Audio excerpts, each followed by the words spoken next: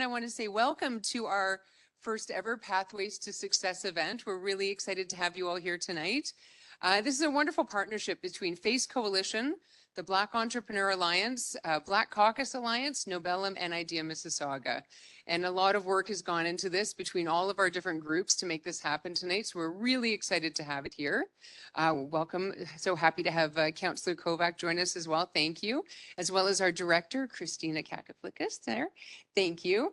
I'm going to acknowledge the lands that we are on today, which constitute the present day city of Mississauga as being part of the treaty and traditional territory of the Mississaugas of the Credit First Nation, the Haudenosaunee Confederacy, and the Huron-Wendat and Wyandot nations.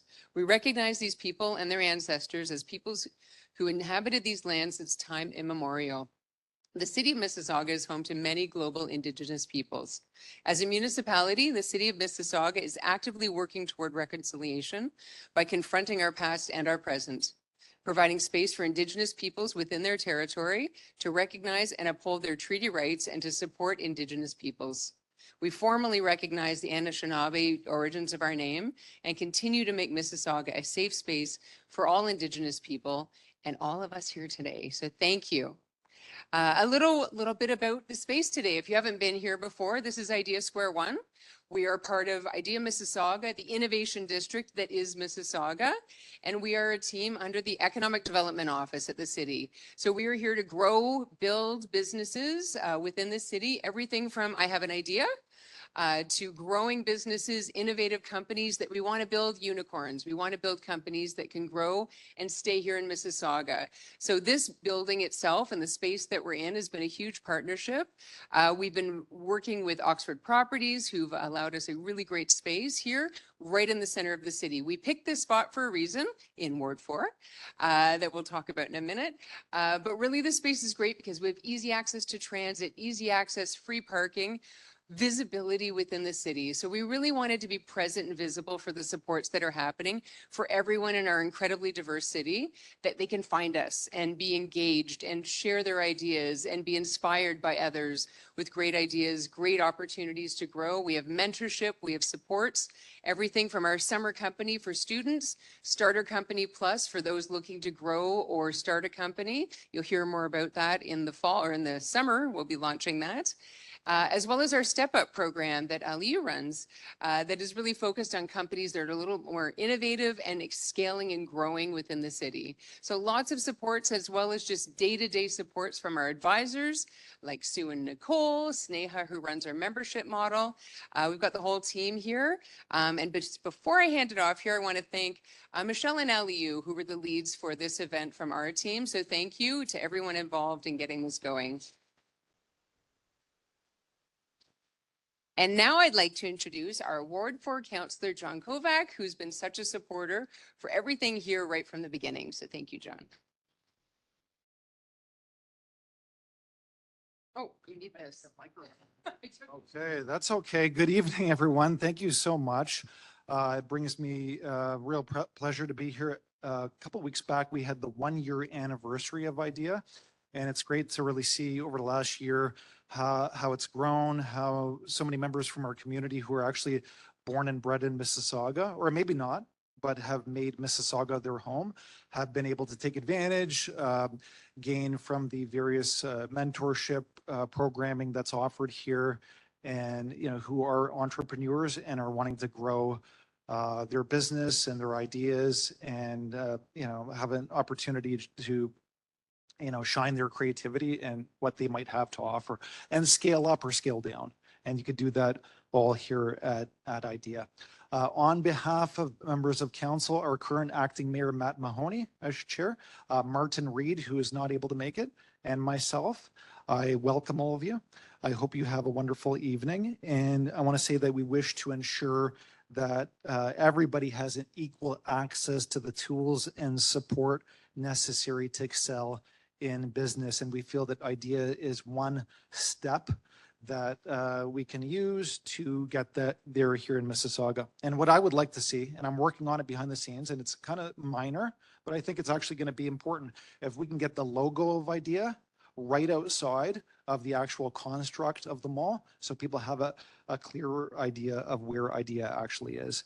A huge thanks, though, to the collaborative efforts of IDEA, the Federation of African Canadian Economics, the Black Caucus Alliance, the Black Entrepreneurship Alliance, and Nobelum. We are embarking on a promising journey to empower Black entrepreneurs and business professionals in Mississauga, the region of Peel, and the Greater Toronto Area. Today, we feel is not just an opportunity to bring people together, but one where we can create, hopefully, pathways for success, concrete pathways for success.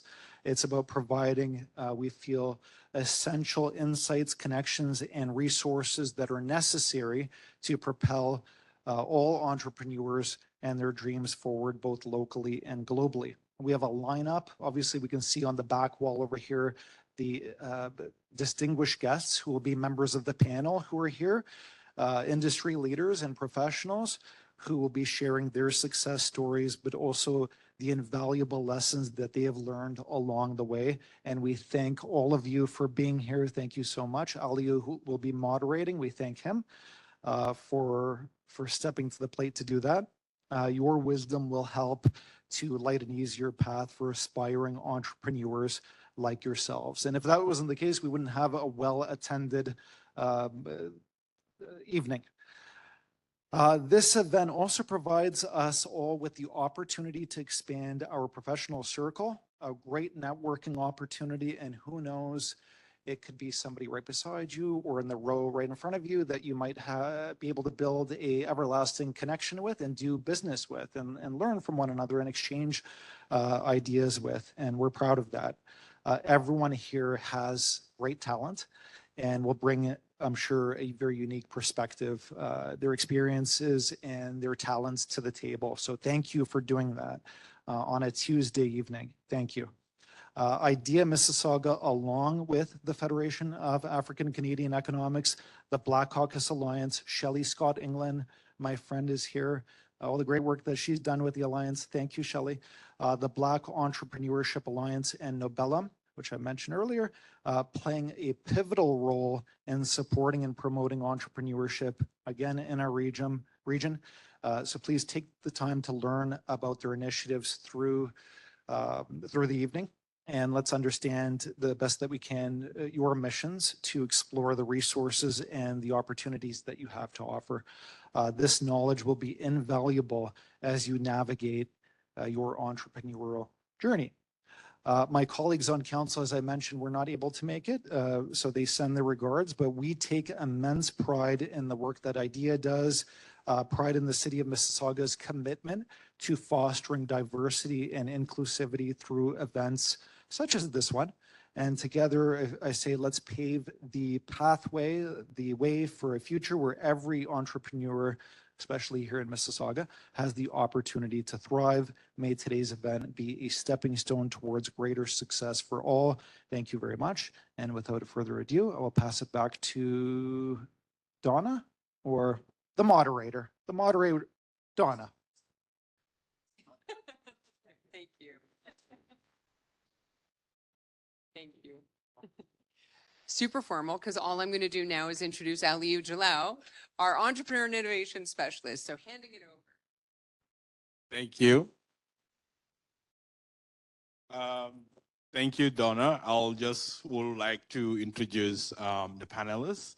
And I'll start with Mel, and I'll just read a little bit of a bio for each of the panelists so that you could get to know who they are and who we're having today on this conversation. Melissa Ellis is a technology professional, community leader, and the founder and CEO of Nobelum Enterprise, a social enterprise and technology enterprise with a mandate to support startups for at least 100 Black-owned businesses in STEM by 2025. Melissa has a decade experience at the intersection of technology and project management.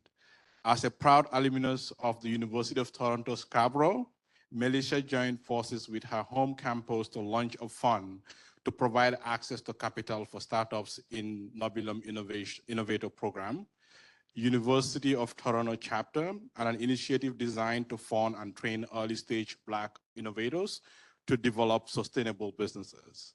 In recognition of her amazing work, Melissa was recently awarded the BMO Black Tech Community Builder of the Year and Alumni of the Year by the University of Toronto.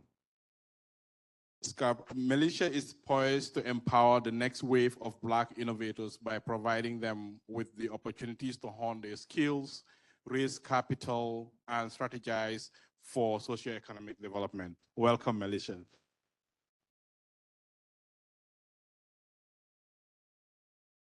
Next, I have Olu. Olu is a very close friend of ours as well. He's very within our circles. He's well known for the Black entrepreneurship. It was one of the first events I attended as an employee of of IDEA.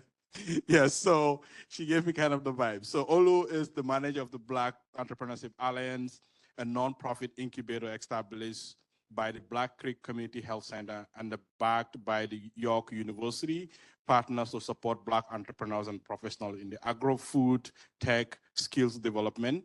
In addition, Olu currently serves as the Director of Community Economic Development for Black Urbanism Toronto, where he supports establishing a commercial land trust to secure affordable commercial space for local Main Street businesses in Little Jamaica. Welcome, Olu.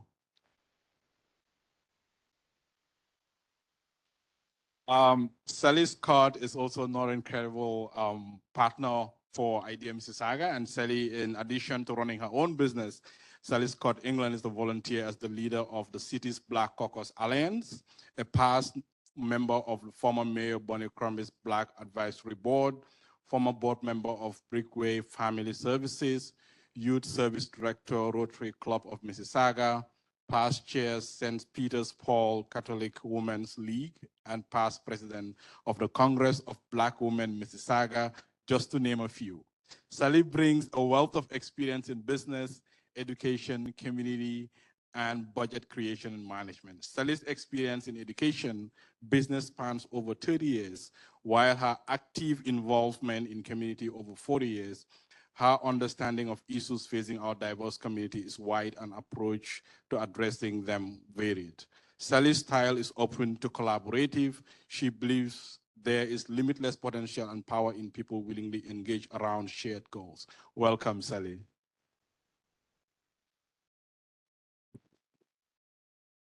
All right.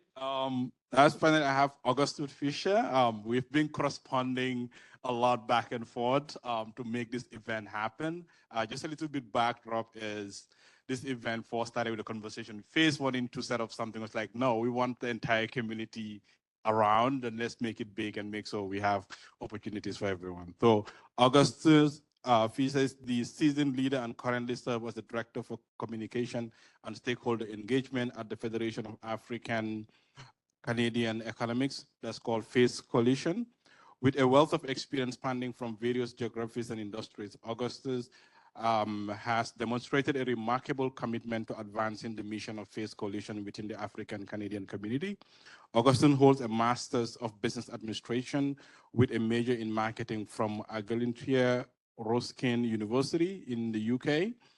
His academic journey delved into the intricacy of consumer choice influenced by content marketing, equipping him with the deep consumer understanding that channels into his professional endeavors. Augustine has showcased proficiency in strategic communication, strategically shaping narratives and building robust relationships throughout his career. His diverse experience having worked across continents and various industries underscores its adaptability and global perspective. His leadership is characterized by a dedication to excellence, strategic alignment of communication, efforts toward broader organizational objectives. Welcome, Augustine.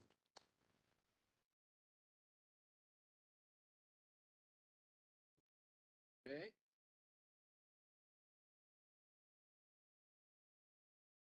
Yes, so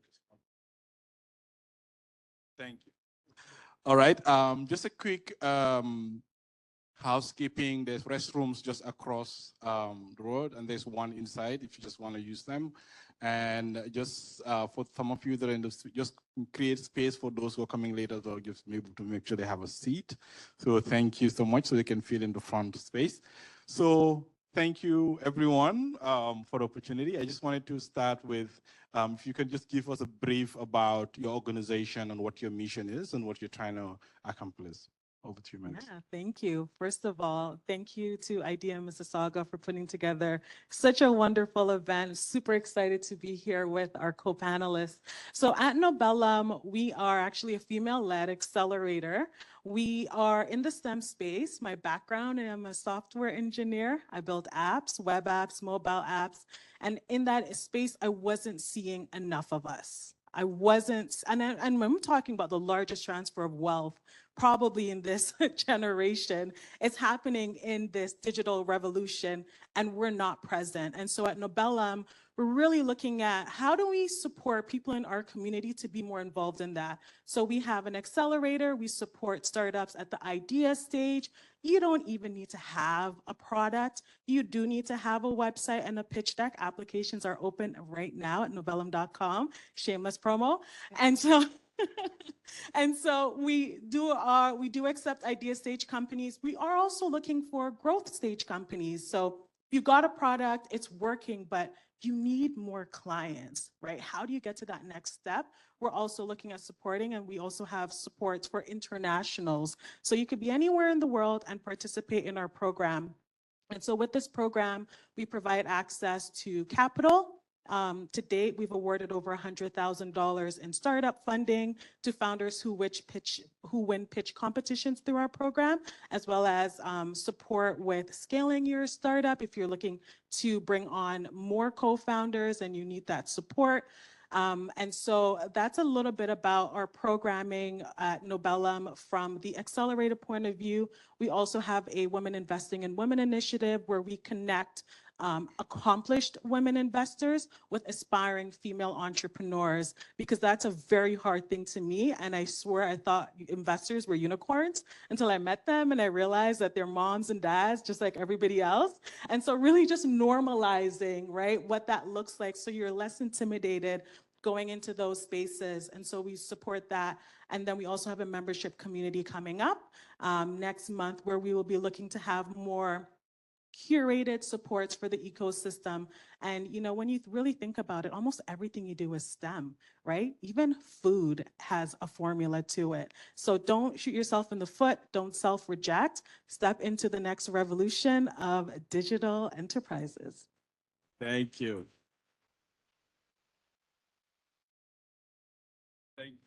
Thank you so much, Melisha, for that incredible insights. Olu, over to you. Yeah, I was thinking, like, how do you follow that? Like, that was like a star to me. Thank you, Alu and Donna from IDEA Mississauga for having us.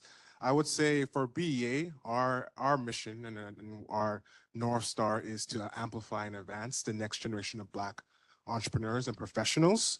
So how we started it was actually, we started in Jane and Finch, and now we have all our services in Southern Ontario. Is actually a mission between, we were established by Black Creek Community Health Center, as you mentioned, and York University, because there was a lack of access, lack of comprehensive resources and capital for not only hyper-locally in Jane and Finch, but across the board. So that's how we started. And so we are the love child between these two institutions. And so with that being said, we service Black entrepreneurs. All of our programs are free, non-dilutive, so we do not take equity, and we have a no rejection policy. So we have folks from a pre-incubation level all the way up to growth and beyond, and folks exiting and acquiring businesses. And so the pillars that we kind of serve and work with York University and Black Creek with is actually food, so consumer packaged goods, getting them into mass retail, getting them into Loblaws, Sobeys, Metros. We have tech, similar to Mel. We have an investor ready program. We actually have a MVP program called Venture Catalyst. And a lot of our folks, how we service them is we support them financially through Investment Bootcamp, which is about 10K. But the real power is actually getting connected to investors and angel investors and family offices. So we have a lot of mixers. We have a lot of candid talks with no cameras because between founders and funders, it can get a little bit heated. So we do that. And as well as we do skill development, because what we're finding is that not everybody's going to be an entrepreneur.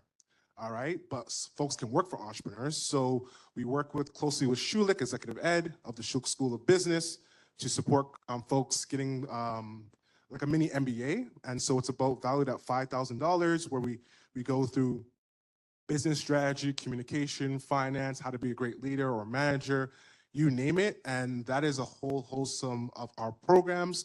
Now, right now, actually, we're getting more into youth entrepreneurship. So we have a co-op with York Region, as well as TDSB, really supporting youth entrepreneurs, getting them into entrepreneurship or skill development and getting their businesses up and ready, as well as we do original content.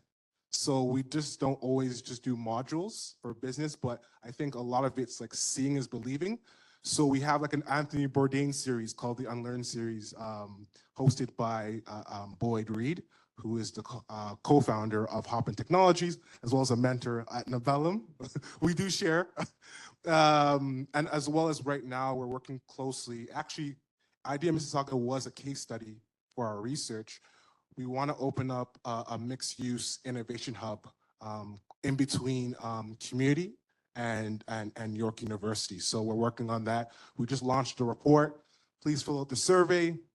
It's on our website, and that's it. Yeah, that's it for BEA. So I'll pass it on. Thank you. All right.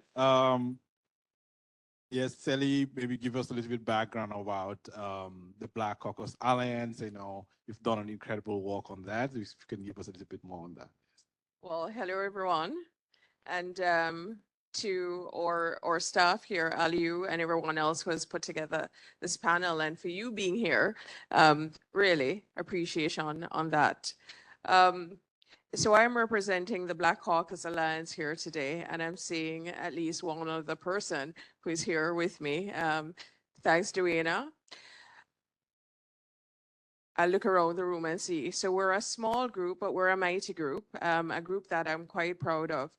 This group actually started as an advisory group to the mayor in I think it was 2020, following the George Floyd incident, when council wanted to know what the Black experience was here in Mississauga, which I thought was really was a good initiative. And what was even better is that we did some engagement sessions. All the engagement sessions were themed. So we had 6, and each was designed around a specific area: business, policing, health, and so on. And from those sessions, we had 64 recommendations, all coming from the community. It was put in a report and submitted to council, and council unanimously agreed to actually have these recommendations implemented. And I'm very pleased to say, the recommendations that came forward had to be separated. What was achievable within the city, what was achievable within the region, and what fell outside of that. So our council, or city council here in Mississauga, agreed we will support all the recommendations. And they have been working to actually institute everything that was asked for at the city level. And we're also working for those that were recommended for the regional level as well. And of the 64, I think it was, I believe we have hit about 48 of those recommendations already. So that speaks volumes for the commitment of our council, as well as what happens when we have participation from the community.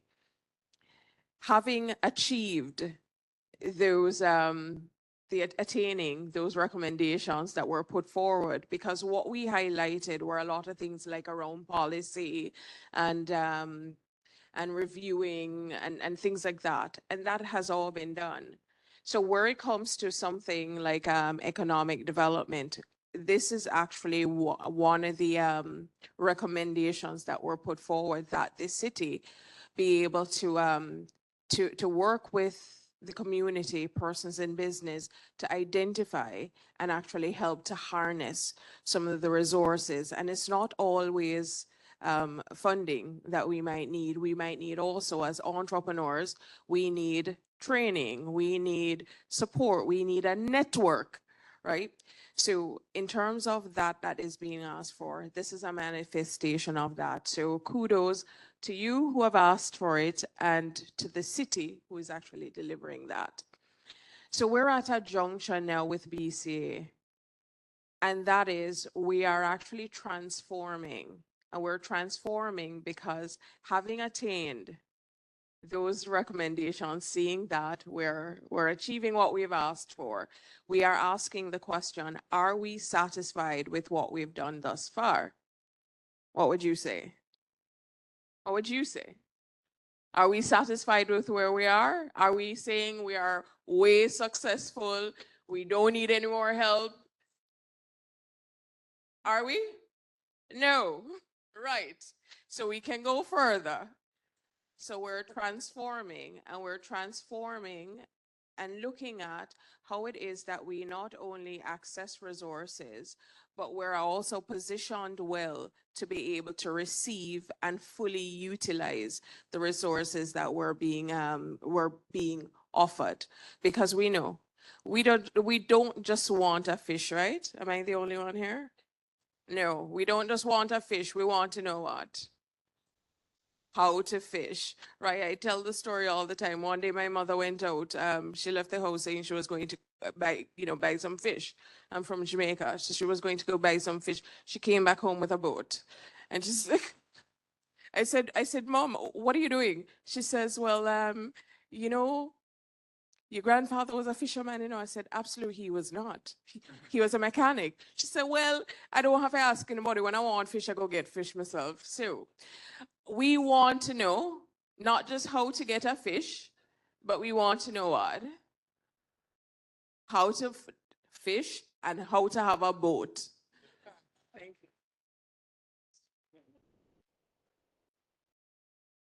you. Thank you, Sally. Yeah, so Augustine, can you just give us a little bit more about what phase does as well? Yes. Thanks, Shelly. I mean, I don't know how to follow that, but I'll just do my thing. Yeah, but quite a number of things happened in 2020, right? There was George Floyd. Everybody knows that, but there was also COVID. And in the time, when COVID came, there was too much uncertainty. People didn't know especially business owners, right? Quite a number of businesses shut down temporarily, some shut down, forever and stuff like that. But you see, government was trying. Government was trying to help entrepreneurs. But at the time, the founders or some, Black leaders realized that even though the government had the CBA, which was the Canadian Emergency Banking Account, it was, implemented through traditional financial institutions. And at the time, the Senate Black Caucus did a research or a study in 2021 that says that about 70% of Black entrepreneurs, say that access to funding is the greatest challenge that they have.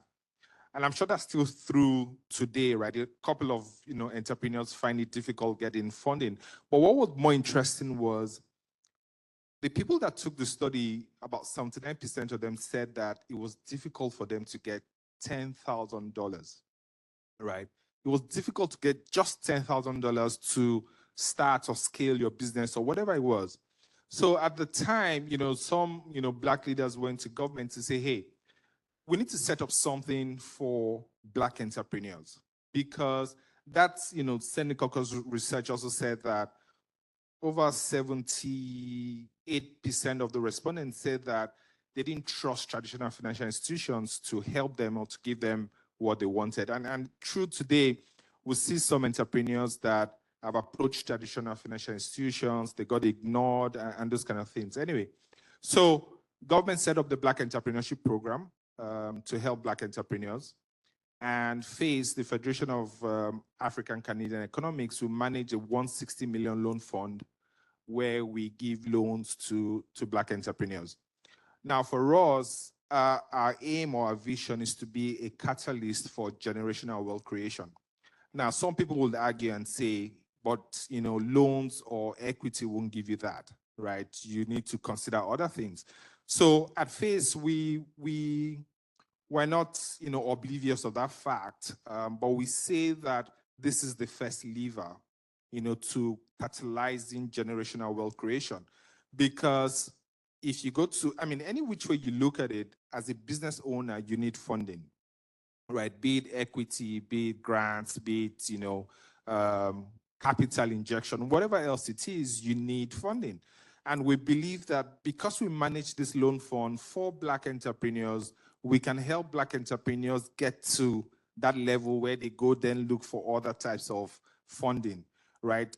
Even if you want to get a venture capitalist or an equity into your business, you must have started something, right? You must have got into some stage where people trust that your business can make it. So we believe that we're bridging that gap. We believe that we're bridging the gap between, a new immigrant, for example, that is trying to get into business and, getting an investor or getting some of these big banks to look at you because your business has already grown. So we're happy. We're going to be 3 years on Friday. Just 3 years old. And in 3 years, we've given out over 25 million. Thank you. And in 3 years, we've given over 25 million to close to 500 entrepreneurs across the country. Interestingly, it's a nationwide fund. But good thing is that Ontario has the most entrepreneurs that have benefited from the program. But we're still looking for more people. In 160 million, in 3 years, we've done, 25 million was at the end of second year. We're just working on our report now, and I'm sure that number, should have doubled. But it's still a far cry for 160 million. So we're looking for all these opportunities. We're looking for entrepreneurs to come. I always used to joke and say that I wish I could take the money home, but I can't. So we must give it out. And that's why we're happy to be here speaking to everybody, and hopefully a couple of you will benefit from the fund.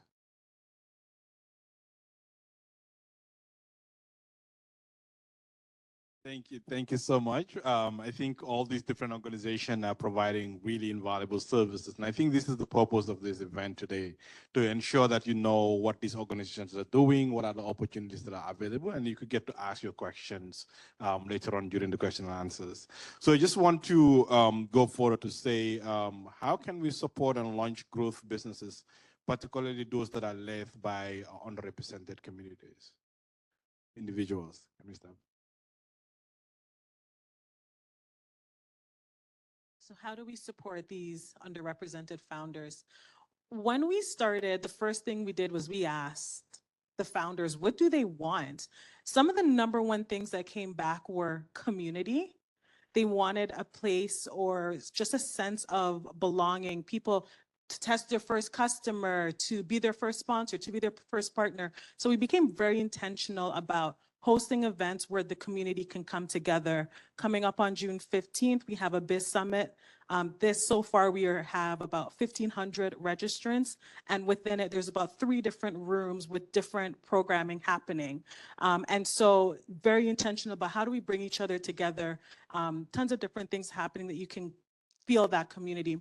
Another thing is that it's access to capital. Like, we do a lot of training. Even myself, when I was studying software engineering, I signed up for an incubator. I got all hot and heavy. I was excited. And then I needed to incorporate and get a website. And I'm like, well, all this training is great, but I'm broke. And so, even just something small, like $1,000, $2,000, we try in every pocket we can to provide that access to capital. And then I think the third thing is sustainability planning. Right now, I think 4% of all Black-owned companies, and this study was a study done in America, but I'd say we're probably like the same. Only 4% of Black-owned companies had a second person working there. So what does that mean for future planning?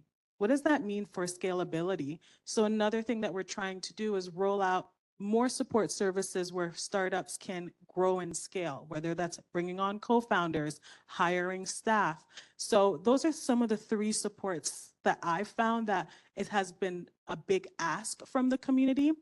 And then just in terms of doing my own evaluations on how we can support underrepresented founders, I think one of the biggest things is reaching out to allies and working with them so that they can open the doors to spaces that we are not in.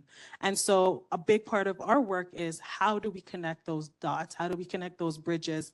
And these are some of the core things that we're doing to support underrepresented founders. Thank you.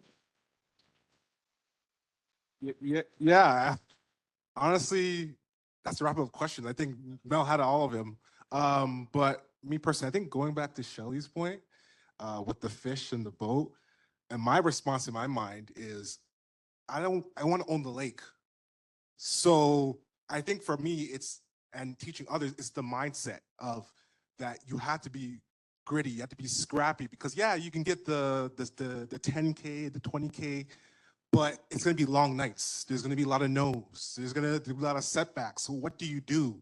And how do you project yourself? What's the vision for you? And I feel like a lot of founders don't necessarily have that vision of, they kind of stop at a certain mark, but I'm like, you can go farther, right? So I think it's really about that mindset, really cultivating that mindset. So as that entrepreneurship mindset. But for us, of course, yes, it's capital, supporting them there. But I would really think the most important one is navigation, because there's a lot of different resources and people can get overwhelmed. People can get overloaded. So we help them navigate through that, because a lot of it, yeah, it's money, but it's also those networks, that social capital. Investors are not going to say, hey, you have a great idea. It takes a long time to build that relationship, right? Or even with the banks, it takes a long time to build that relationship. So how do you navigate? So for us at BEA, we try to get people in those rooms. So not just in Black ecosystem rooms, but the general entrepreneurship ecosystem, because that's a whole different world. And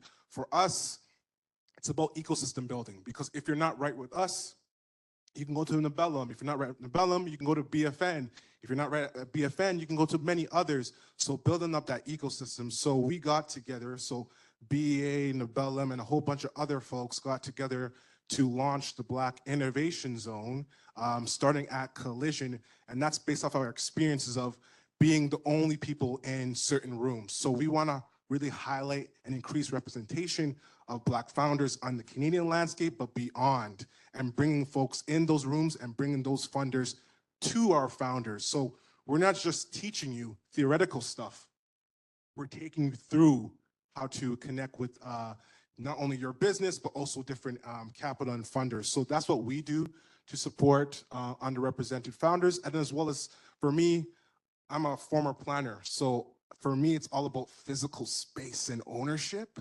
And that's the missing piece, especially if you want to commercialize your products. I'm looking at the CPG folks and some other brick and mortar folks, not just tech, but just other folks. You need spaces for you to grow, to build your team, to scale up, to meet other people. So that's what we're focused on right now at BEA. So I'm going to keep that short and pass it off. Thank you. Thank you so much. All right. Steady. Yes. Okay. So, well, this is a demonstration of what I'm going to actually be talking about here. I cannot underscore enough what relationships are to business. There's absolutely no business that will survive without relationships, especially a small or medium business. Well, before you get to medium, you have to start small, right? And I remember, I'm going to put on my business hat here. I remember when we came into this country, and we were starting our business, and we went to this place that we were referred to actually find what is the process to actually, register a business and so on. And we got referred somewhere else. And when we went, what we were told is to do this, we would need to pay, I think it was about $12,000 at the time. And I said, 12 what? Absolutely not. And I got my older daughter and I said, listen, you're going to find out what this means and you're going to get it done and you have until tomorrow morning. Right. Now, in order to do something, I was confident in doing that because she had the capacity to do it. And so my point in mentioning that is we have to identify around us where capacity lies. So where it is, whether it's within our families first or in our friend circle. And we have to have that, what is it that Ron Friend Brenner calls it? That proximity, that I'm not remembering the terminology right now. But needless to say is when we're in business, first and foremost, it's those relationships that we must establish. We cannot underscore that enough. And so what the BCA is about is helping persons that have a history of being distrustful, of taking things on all to themselves, of helping to say, you can shed a little bit of that and you can open yourself up a little bit and ask for help, and help is there and everyone is there to support you in what it is that you want to do. In business, we identify, is it a service that we're going to be doing? Is it a product that we're going to be doing? And if it is, what service, what product, and so on? Is it a combination of the two? And we're working to create an ecosystem, a network of professionals, a network of persons who understand what it means to put that work in and what time you might have to get things done. And that time is money. I'm sitting here and my clock is ticking. I'm saying, okay, as a small business owner, what is that 1 hour going to cost you? So we understand what is involved in you doing what you're doing. And so we all come together and we're looking to build that network that we're able to support each other. And we're also able to advocate. We have 2 representatives here, one from council. And as I said to you, Mississauga has a wonderful team on council, very open, very receptive. We also have Donna Hessling Aliu. We have a wonderful person standing around ready to help us, but we need to know what help we actually need. So BC helps us because we have 40 billion things running around in our head all the time, right? Help us to kind of piece it out and say, this is what we need right now. And 3 months from now, this is what we will need. So not only do we help in terms of building that network, but also advocating for some of the things that are needed. Thank you so much. Okay, just to put this in perspective, I'll share some numbers. In Canada, you have about 2.1 million small businesses. Black small businesses or Black small businesses are only 144,000. Okay, so there's a huge gap. Now, in the 144,000, over 69% of those businesses are owned by immigrants. Okay. Now, for me, in addition to network, or even before you get to network, knowing people, the first thing is knowledge. And that's what we're chasing at, to say that entrepreneurs need to know, one, how to do business. Because you're passionate about an idea doesn't make you a good business person. So one, you need to know how to do business. But number 2, even though we manage a loan fund, some businesses are not ripe for a loan. Some businesses need to get grants. Some businesses need to get equity, right? Not every business can survive with a loan starting up, okay? So for us, what is critical is knowledge. And one of the things that we're doing as an organization is championing financial literacy, right? Because we realize that that is critical. Second thing that, one of the things that we talk about in my organization is to say, understanding the language. How do you speak to your bankers? right? So we hear a lot of people come back to say, the advisor didn't, listen, or they ignored me, or they turned down my business idea or stuff. But what are you telling them? How are you telling them? So you're seeking a, loan, or you're looking for an investor or anything. What they want to hear is how your business is going to make money. How are you going to pay back the loan? How are you going to get profit for the investor? But if you come around and say, I have this great idea, I want to sell, for example, African, prints, because there are no African prints in Mississauga. But do people really want African prints in Mississauga? Those kind of questions, right? So for us, getting the background knowledge is critical, to be able to thrive as a business. One of the things that I've seen lately is you see African restaurants, right? But a lot of African restaurants are set up for Africans. How many Africans are in the locality where your business is? How do you intend to scale and make so much money selling to only Africans, right? One example I gave was Mandarin, Chinese restaurant, but they have franchises all over the place. How do they do that? How many African restaurants have franchises, right? So basic business understanding, because it's easy to say that we're a minority, we don't have this, we don't have that, we don't have that. But how prepared are we to take our business from where it is to the next level? So before we start looking at those networks, it's understanding what you really need as a business to be able to thrive, to be able to scale. Thank you so much. And I think this is really important. And as you mentioned, I think that's one of the things that we're doing here at IDEA is really providing access to some of these opportunities. And it's one thing to have the network, but it's another thing also to know exactly what you want and how you can access those. So at IDEA, what we also have, in addition to some of the great things you said, is we have different programs for different people. So you can walk into IDEA and book a consultation, and you can sit with one of our consultants for an hour to just figure out exactly what you need, what resources you need, and navigate through those and really help you.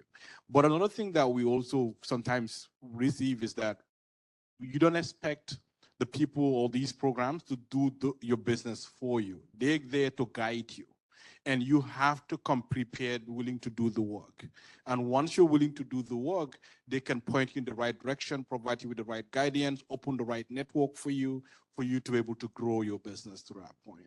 So there are a lot of programs that are going on currently. We have the summer company that's currently in the process. So these are basically for students that are on the 15 years to 21 that are looking to start their business during the summer. They get a grant of about $3,000 through the process and all of that. Then we also have Startup Company Plus that is coming up, hopefully opening up really soon in June, July.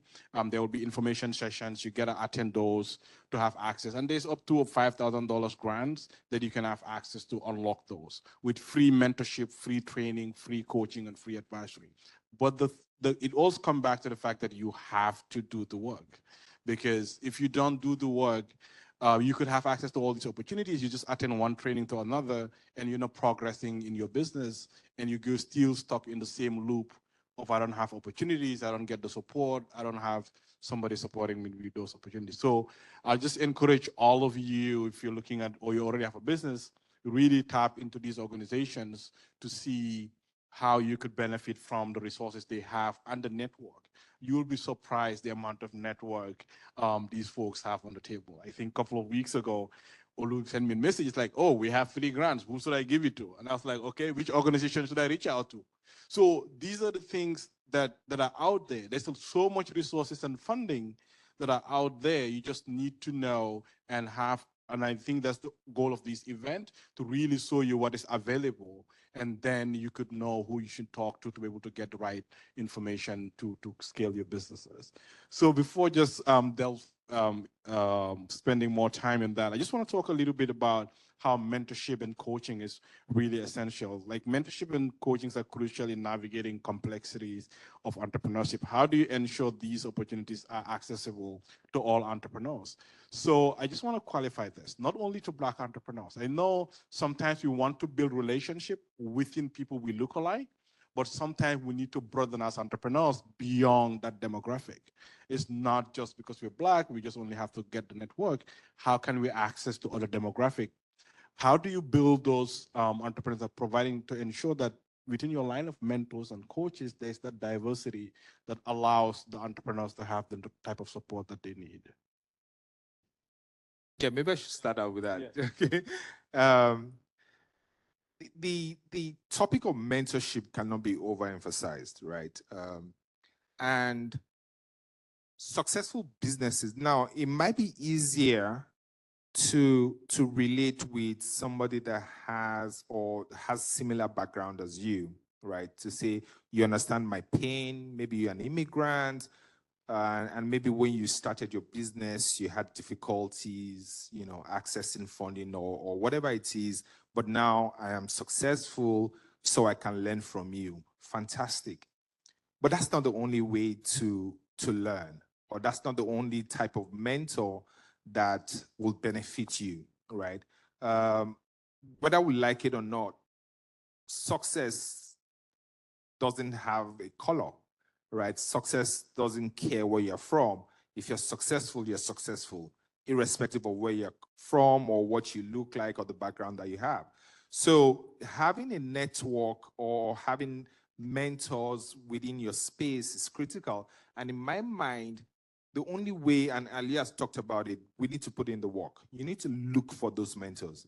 Now, there might be, you know, incubators or accelerator hubs where those mentors exist, but if you're of the kind of mentors you're looking for do not exist in those spaces, then you need to look for them, right? Good thing, I mean, before now we used to have 6 degrees of separation, but now we only have 2 degrees of separation because of social media. You can search for anybody online and connect with them anywhere.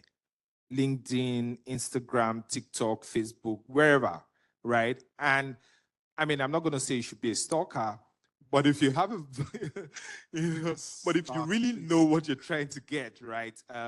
And you know, in the relationship of mentors and mentees, there's value both ways, right? You're not only going to be taking, you're also going to be giving. And in my opinion, if you bring value to the table, people will listen to you. Yeah, I completely agree. I think people need to differentiate like mentors, sponsors, champions, all those nuances, because a lot of people just go in just mentors, and I think it's like they think it's like a one-way street, but it's a whole layered approach. And yeah, of course, we have mentors attached to our programs that are angel investors or are seasoned entrepreneurs or serial entrepreneurs. Those are great and all, but we try to coach our folks in terms of there's a differentiation in terms of mentorship and what you want to seek. Be very intentional, because like, for example, we used to have office hour experts. We still do.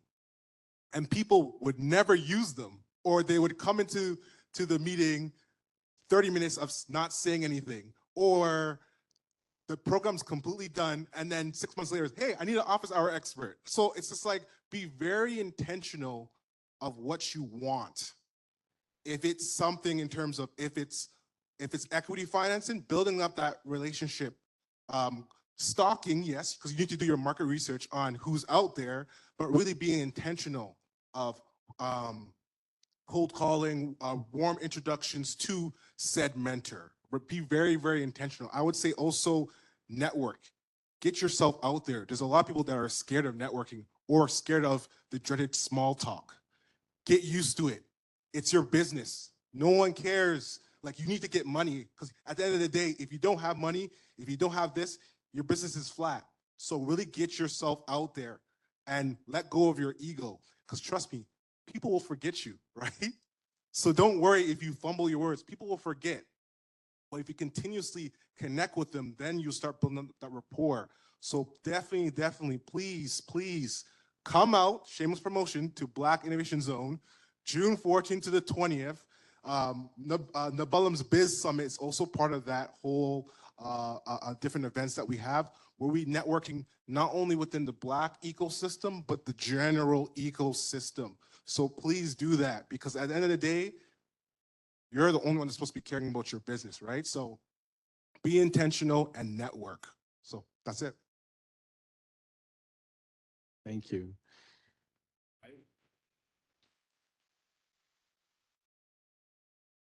So Daddy? with BC, as was mentioned, we equip with information as well as connect and advocate. In business, again, I'm underscoring, in business, we rely on creativity quite a lot. Sometimes we don't quite equate that logical side of business to creativity because it's, you know, it's all out there. However, your business needs creativity to start and to flourish.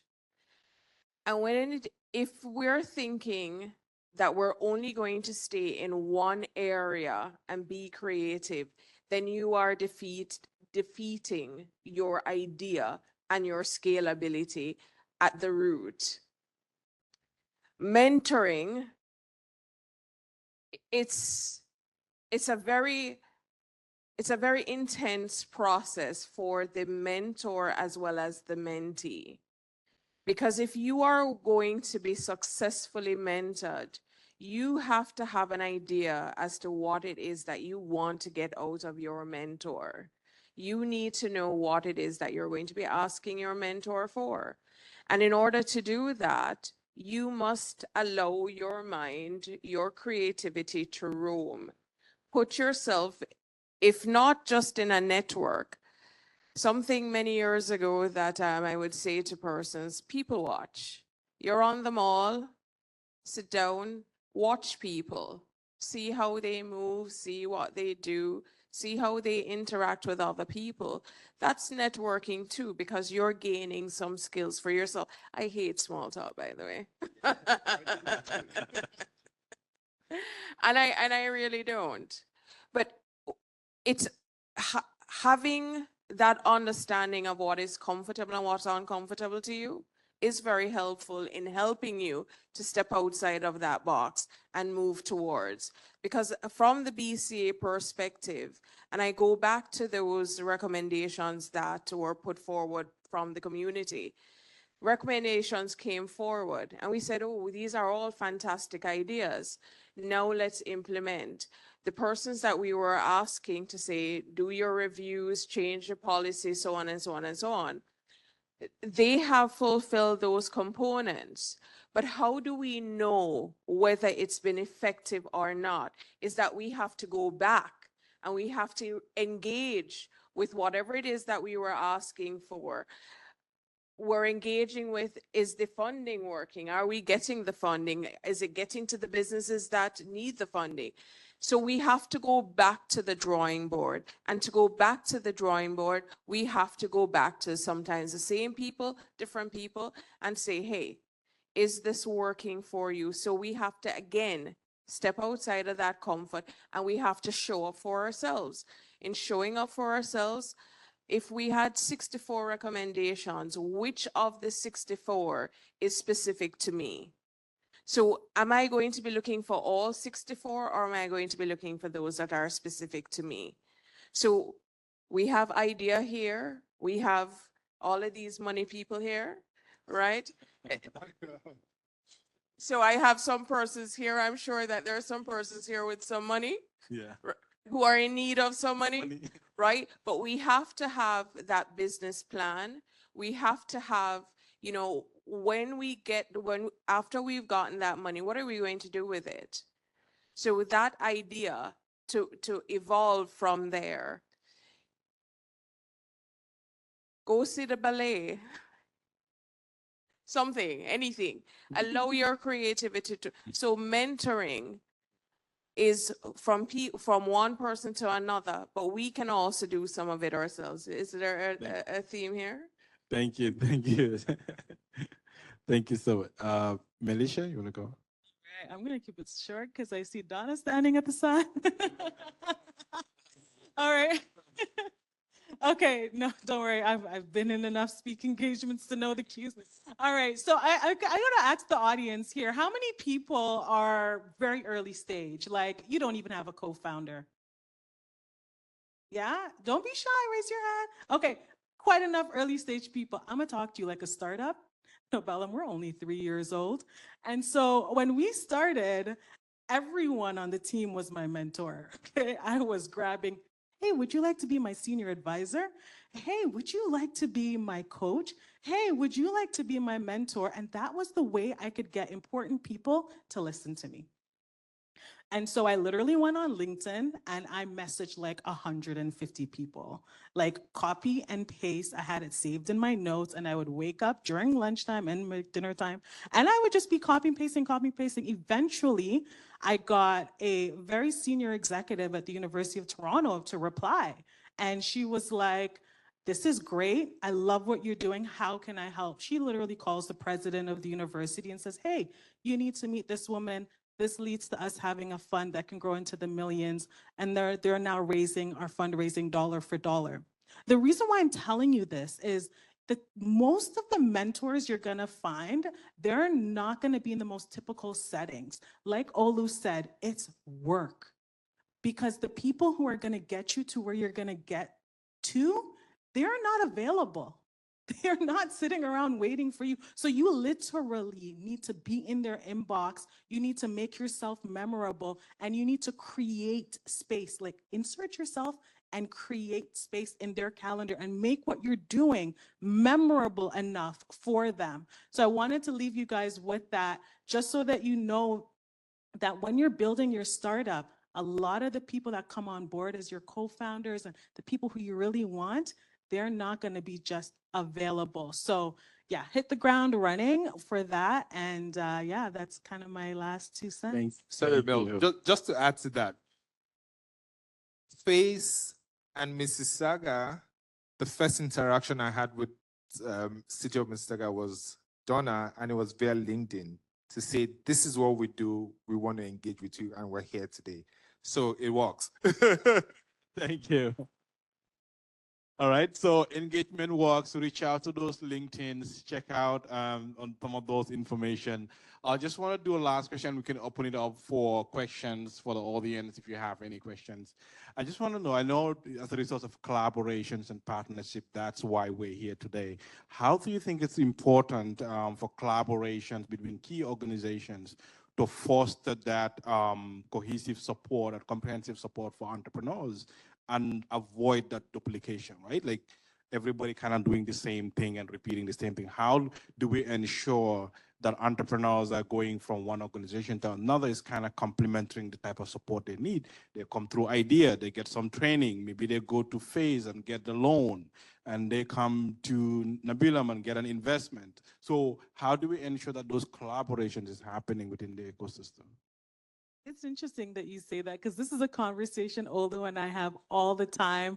And we were just last week debating about building an ecosystem map and like putting it on our booth at Collision just to show how all the different dots connect. But that's a lot, like it is a big thing. So one of the things that, you know, we have been talking about is being intentional about how we support each other's events. So that way, you know, if you're having an event this week, like I'm not going to have my event until next week, and we kind of work together to do that. I think the next step, to Augustine's point earlier, is we need to start having some like bonding time, right, as leaders, because a lot of those important conversations come up when you're brainstorming and you're thinking. Like, I know our plan next year until like probably like Q3. I don't know what their plans are. So maybe we do need to sit together more often and do that. But I think one of our first steps to doing that is the Black Innovation Zone that Olu talked about. This includes 4 organizations that kind of came together to organize it, but now it's grown to 9 different organizations, which pretty much covers the entire GTA. And together, we're able to provide over 400 sponsored collision tickets. Each ticket is $1,000. So this is a huge investment. Yeah, thank you. So this is a huge investment that we as an ecosystem are making. And I think a lot of it has to do with taking the egos, putting them aside, remembering the long-term vision. And I think our next step is how do we start planning towards 2030? We all have our individual goals as organizations, but if we come together and we say, okay, by 2030, we want to have an amazing facility in the West, another one in the East, then collectively we can do that. But I think it starts with something like the Black Innovation Zone, and then figuring out, where everybody fits. They're killing it on the marketing side. We got BFN doing fundraising. We're doing project management. We literally sit at like 9 a.m. in the morning and plan this out. And that's what it's going to take. And so I'm so happy that Ideas, supporting this and being a part of this longer vision. Yeah, you're going to say the 9 a.m. meeting. I remember having the 4:30 a.m. meeting with the folks in Ireland. So that was wild. But I would say it's as simple as just us talking on an organizational level. It starts right there. Because what we found is that once you're in the ecosystem, you see familiar faces. So I'm like, why don't we work with each other? Like, why don't we paint a better story? Because externally, folks are like, oh, you guys do the same thing. But internally, we don't. It's very nuanced in terms of where we fit and where we lie geographically, on what portfolios we take and so on and so forth, and where we're at different stages of that entrepreneurship lifestyle or cycle. And so for us, it's just talking and painting that story that collectively, this is the Black entrepreneurial ecosystem, but in segments, this is who we are. And so for us, it's just talking. For me, it's power because it hasn't been working before that, right? So why not try to work together, right? And as well as give us grace. This ecosystem it's in its infancy. I think a lot of stuff happened post George Floyd. So a lot of these organizations that you see are 2-3 years old, right? We're 2.5 years old, but we served a lot of people, over 200 ventures so far with the help of York University. But give us grace as we build up this ecosystem to support you. But in that meantime, we're talking, collaborating, trying to create different opportunities, not only in Canada, because I think when you guys have your business, don't only promote in Canada, you have the whole world. So we have a lot of our guys engaging American investors, American organizations, exporting, doing social procurement. So really, for me, it's a global thing. So right now, give us grace. We're building something for you guys, and that's it. Thank you, Olu. Yes. Well done. So with our organization, what I will say is for those persons who had put their hand up earlier that you're in the early stages, please do not leave without actually sharing your details with Aliu or one of the individuals here so that they can keep in touch with you and you can keep in touch with them. The organizations that are here are all here to support you, and it starts from somewhere. Idea Mississauga is for that. That's one of the mandates that this organization has. So they will work with you to develop your idea and to see that idea grow into something that would be able to go global, right? So ultimately, all the connections are important. And sometimes we might get a little, we hear this organization is doing that and so on. With the work, it means that you're going to look into that organization and say, what can this organization do for me? But one of the good things about IDEA is they can help you to navigate through those organizations and plug you where you need to go, whether it is for the first 6 weeks or the next 3 months or the next year or so on. So a great place to always start is right here. That's a man, right? Thank you. So quickly, for us, we were like the triage, right? We were opportuned when we started. We had over 30,000 Black businesses registered on our platform, seeking information, seeking funding and stuff. Now, for some of those businesses, they're not funding ready. For some of those businesses, getting a loan is not best for them. For some of those businesses, they need investors. For some of those businesses, they need to develop their business plans or to, flesh up their financial projections and stuff like that. So for us as an organization, we're Triage, we're knocking on every doors, right? And when we get people that come into our platform and we see that there's a gap, we refer them to different organizations, right? And we hope that this referral system is done both ways as well, such that, when people come to meet with any of the organizations or with Idea Mississauga and they require funding in terms of loan that we can do, is referred to us. So basically, we just stay in the center and then try to move people where they need to be. I'm just about 1 year old with Phase, less than a year old with Phase. And one of the things we've done is that we've hired outreach officers across the country. And one of their responsibilities is to look for those synergies with other organizations that can benefit the entrepreneurs. Because at the end of the day, it's not about what Phase has done or what BA has done or what Nobelum has done. It is the impact we've had on our community, right? So it's not about me being the champion or my organization being the champion. It's about the community growing together, right? There's a popular Nigerian musician. He says that we rise by lifting others, right? And for me, that stock is the mantra to say that it's not about individual efforts. It's about how can we ensure that the community thrives. So whoever is doing what the community needs is, the organization or the individual that will be referred to ensure that that entrepreneur gets what they want to be the best at what they're doing. Thank you. Thank you so much. A round of applause for incredible insights. I'll just open it out to the audience if you have any questions. My colleague here will be coming around with the mic. And Thank you, Aliu. Incredible panel. Yep. I wanted to know your recommendations when seeking to build a team. So hiring that first person or developing the team, what are your recommendations?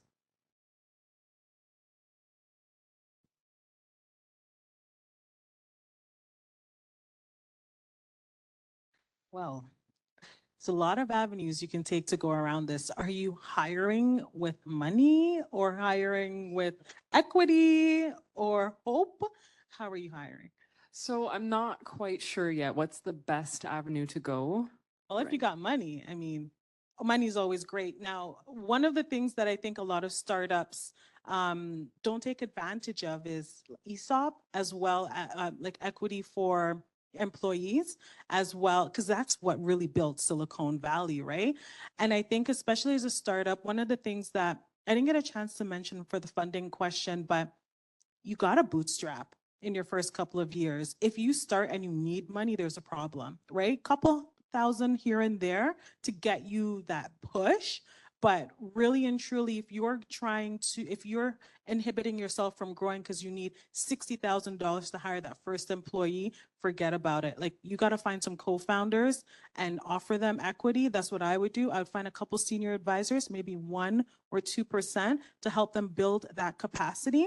But I would really advise, like, if you're a solopreneur and you don't have co-founders, start there and start building as lean as you possibly can.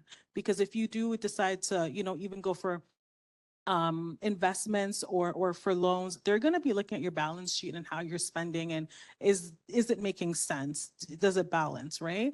And so some strategies that I would advise, and this is a tactic that I used, is understanding the people that you're recruiting's long-term goals and their passion, and seeing how can you line up, and how is it that as you're building this, they're not building your dream, but they're building their dream as well. Right. And that, I think, is a great system for long-term retention and sustainability, because if they're just coming on to volunteer to help you, well, it's a favor that they're doing. Right. And so they need to see that this is a business that they're building, and maybe there's an arm of it that could support them one day. And so those are some tips that I typically give for early stage, and I'm more than happy to chat more one-on-one with you after. Thank you. Yeah. I would, just to answer your question as well. Especially when you're starting off, I like to leverage free or programs. So I'm going to get the acronym wrong, but it's the SWIP program, Student Work Program Placement or Placement Well, anyways, there's a lot of programs or educational institutions like universities that provide for students for free. I would say really target the master students. They're hungry. Honestly, they're hungry to get their names out there and they do a lot of work. Honestly, for Living Proof, for our research, we got master students from U of T, from the, was it School of Cities or Infrastructure Institute? Really, really great. So really target the schools, but it's really based off of your industry. But I would say start at the schools if you're a solopreneur or early founder. But I can add to that. In my early days in Canada, I worked for an organization and everybody in the organization were volunteers. From entry level to director to vice presidents, they were all volunteers. And this lady had been running the business for about 3-4 years at the time. It's an ed tech business, right? And everybody works for free. So that's something you can use. But I also think government has some grant programs to help entrepreneurs with salaries for employees. So you can also explore that, and that would help. Canada Summer Jobs is another one. Yeah, I would say definitely connect with ID Mississauga. There's a lot of wage subsidies programs municipalities deliver. But again, really go to the government or go to educational institutions. Because honestly, I live by it. Really, don't target the year ones or twos. It's the master students. Please, please do not make that mistake. It's the master students. Thank you. Great advice. Thank you. I'm just following up on that question. When you hire for equity, what do you typically offer those people, especially when you're at the start and you haven't gotten dilutive funding yet? So what can you promise them realistically? Is it like a co-founder? Because there there is a co-founder and then there are the first kind of employees or potential employees. Yeah. Yeah. So co-founders would be very different because they are going to bleed and starve with you the way that your employees will not, because it's their business too, right? So with co-founders, I would be a bit more generous, depending 10 to 20%, depending on how much you've already done leading up to it. It also depends on what they're walking into. If you are just starting, you don't even have a website, I would probably give a bit more. For senior advisors and mentors and stuff, typically 1 to 2% is fair. And then for employees, I see packages range from 5%, but maximum 7, even if you're for your first fund. Like if you're raising your first round, I would typically advise under 10% for dilutive funding for investors. So there is a lot of different scenarios and it really does depend on what they're doing. If you're bringing on someone as your CTO to build out your tech arm, they're going to ask for close to 30 to 40%, because especially if it's like a fintech app and, you know, they are the app, they're going to want a bit more stake in the game, right? So I'll pass it on to the others if they want to add to that. No, I think you covered everything. It's really hard to answer that because, again, it's the legality of it all. But I would say definitely there's a lot of academic institutions, I also say like Osgood, that provides free services for startups looking to do that. So I would say definitely before you jump into anything, get legal advice, because I have seen some stories between co-founders and founders. It can get a little bit iffy. So please seek legal advice on that. I am not legal advice. Thank you. Just to add on that, in terms of legal advice or financial advice or most generic advice, you could actually book a consultation session through our website. We do have some lawyers we can actually connect you with. They will not actually write your terms and conditions for you, but the initial meeting will be a generic advice that they can guide you through the right direction as well. Try to bring it. Yeah.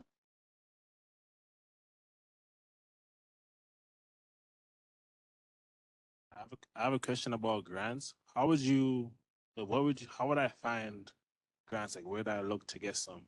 'Cause I've been looking, it's been hard for me to find something that I can apply for. And get funded for it, something like that? Okay, so typically you have to search for it, right? But we partnered with an organization called Happily.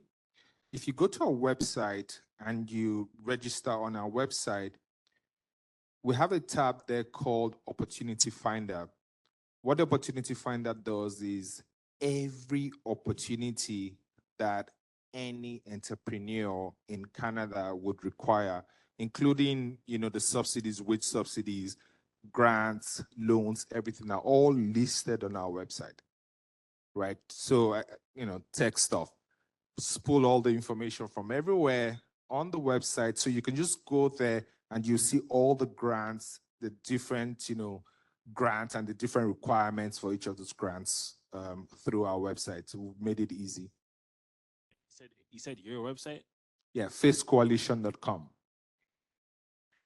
Are you a for-profit venture or a nonprofit? I say for profit. Okay, so for-profit, a lot of organizations will hesitate to provide grants, typically because as a for-profit venture, you should be revenue generating. So it will be harder, like in terms of the number of grants, they will be less. There are some though, like RBC sometimes has like a $10,000 grant. I know that the federal government right now, FedDev, has a matching grant for-profit companies. They start at about 150,000 and it goes up to 10 million. And so you can obviously don't need to ask for the full 10 million if you don't need that much, but it is a start, right? And right?